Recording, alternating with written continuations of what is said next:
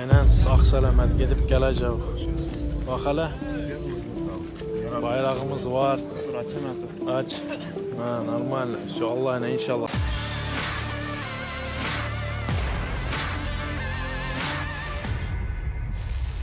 Buntut dari kemunduran pasukannya beberapa pekan lalu, Vladimir Putin terus-menerus gempur pasukannya untuk berada di garis terdepan selama pertempuran melawan Ukraina. Baru-baru ini pasukan legioner Turki diketahui bergabung dengan tentara Rusia dan akan ambil bagian dalam pertempuran di Ukraina. Sebuah rekaman yang ramai beredar di media sosial Telegram pada Selasa 18 Oktober 2022 menunjukkan sejumlah prajurit asal Turki yang sedang berkumpul dan sesekali membentangkan bendera negaranya ke kamera. Tampak juga lambang bendera Turki dan bendera Rusia pada seragam mereka.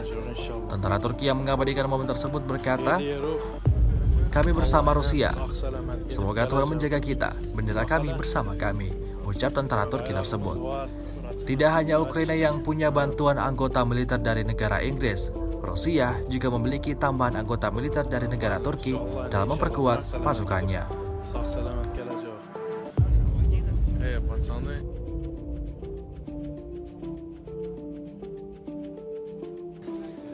İslam tam. Sizdeyiz. Gidiyoruz. Allah'ına sağ selamet gidip döneceğiz inşallah. Sejauh ini selama invasi berlangsung, Rusia secara total merilis 323 pesawat Ukraina, 161 helikopter, dan 2.256 kendaraan udara tak berawak dieliminir oleh pasukan Vladimir Putin. Sementara itu dari kubu Kiev, Kementerian Pertahanan Ukraina merilis 320 tentara Rusia dieliminir dalam 24 jam terakhir. Total 65.320 prajurit Rusia meninggal sejak awal konflik hingga hari ke-236.